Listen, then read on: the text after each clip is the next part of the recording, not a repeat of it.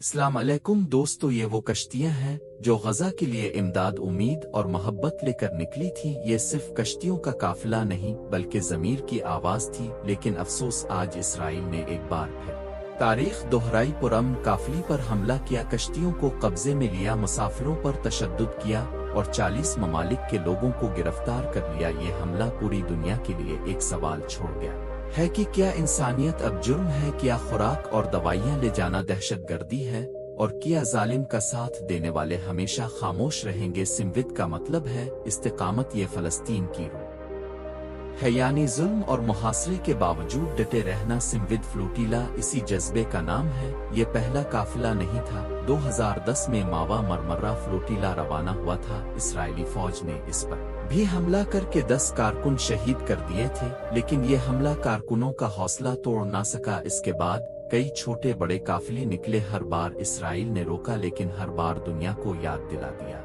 गया कि गजा कैद खाना है। 2025 का सिंविद फ्लोटिला अब तक का सबसे बड़ा काफिला था, जिसमें 40 से जायद ममालिक के डॉक्टर, सहाफी, तलबा, वकला, आम शहरी और पार्लियामेंटेरियंस शामिल थे। इनमें पाकिस्तान के सेनेटर मुश्ताक अहमद खान भी शामिल थे, जिन्हें गिरफ्तार कर लिया गया। उनका मकसद वाज़ेह था, मुहासरा तोड़ना, इमदाद पहुंचाना और फलस्तीन से यकजहती दिखाना। ये कश्तियां तुर्की, यूनान, इटली और स्पेन से रवाना हुई थीं। अमन के झंडे और आज़ादी के नारे उन पर दर्ज थे। मुंतज़िमीन ने ऐलान किया था कि ये पुरअमन मिशन है, कोई हथियार नहीं, कोई फौजी मकसद नहीं, सिर्फ इंसानियत की खिदमत है। लेकिन इसराइल की नज़दीक ये भी खतरा था। जैसे ही फ्लोटिला गजा के करीब पहुंचा, अचानक इसराइली जंगी जहाज नमूदार हुए। स्पीड बोट्स और ड्रोन्स ने काफिले को घेर लिया। हेलीकॉप्टरों से कमांडोज उतरे, हथियारों से लैस फौजी चीख रहे थे, वापस जाओ। लेकिन कारकुनों ने इनकार कर दिया। उन्होंने अमन के झंडे बुलंद किए और आज़ादी के नारे लगाए। फिर हमला शुरू हुआ। आंखों को अंधा करने वाले शेल, आंसू गैस, लाठियां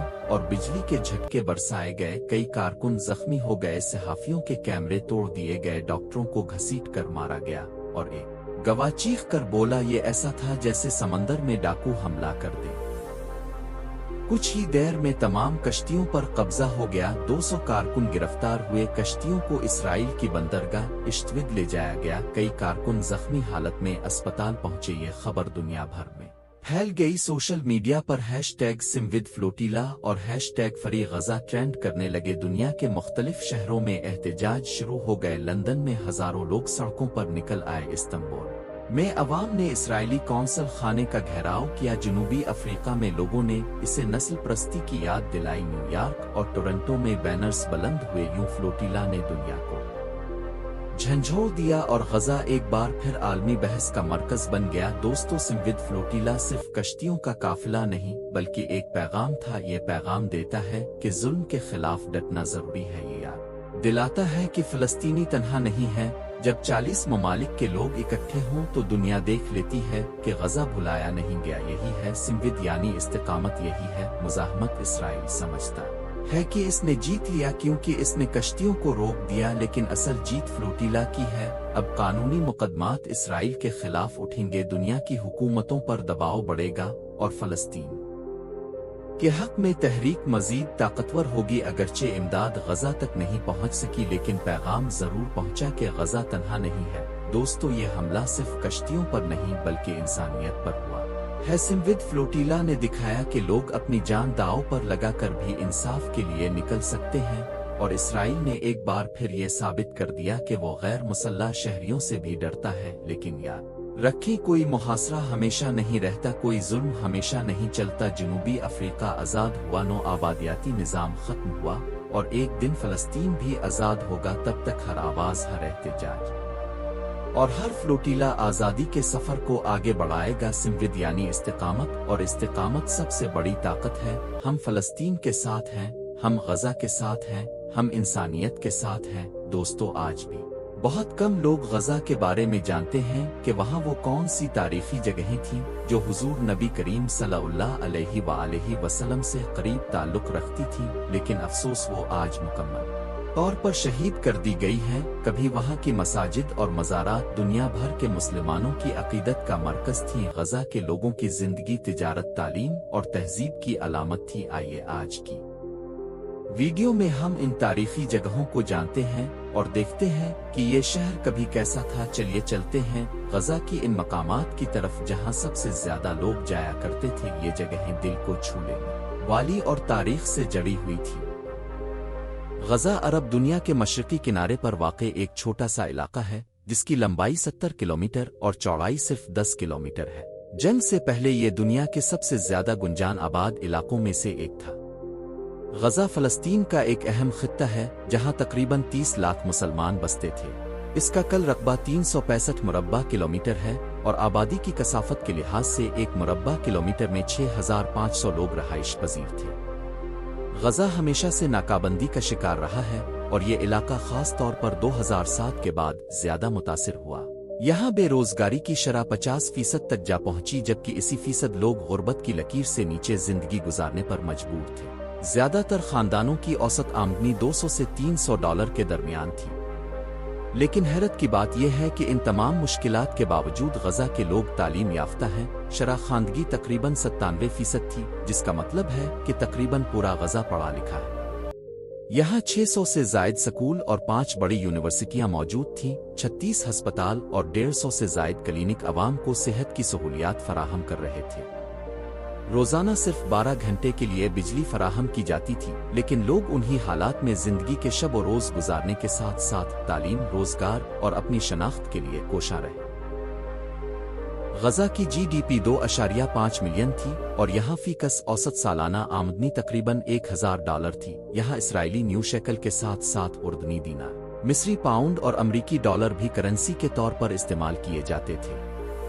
गजा की सबसे बड़ी मईशती सरगर्मियां माहीगीरी, जैतून की काश्त, कीनू की खेती, टेक्सटाइल, फूड प्रोसेसिंग और फर्नीचर साजी थी, जो मकामी लोगों के रोजगार का जरिया बनती थी। गजा के लोग अपनी मेहमान नवाजी, जुरत और सब्र के बाइस दुनिया में मशहूर हैं। उनकी अपनी जमीन से बेपनाह मोहब्बत है, जिसके लिए हजारों फलस्तीनी अपनी जानों का नजराना पेश कर चुके हैं। बदतरीन हालात और सख्त जिंदगी के बावजूद यहाँ के लोग हमेशा अल्लाह का शुक्र अदा करते हुए सब्र और हिम्मत के साथ अपनी जिंदगी बसर करते हैं। गजा का खित्ता तकरीबन 5000 साल पुराना है और ये हमेशा से एक अहम तिजारती मरकज रहा है, क्योंकि ये बुहेरा रोम के साहिल पर वाक़ है।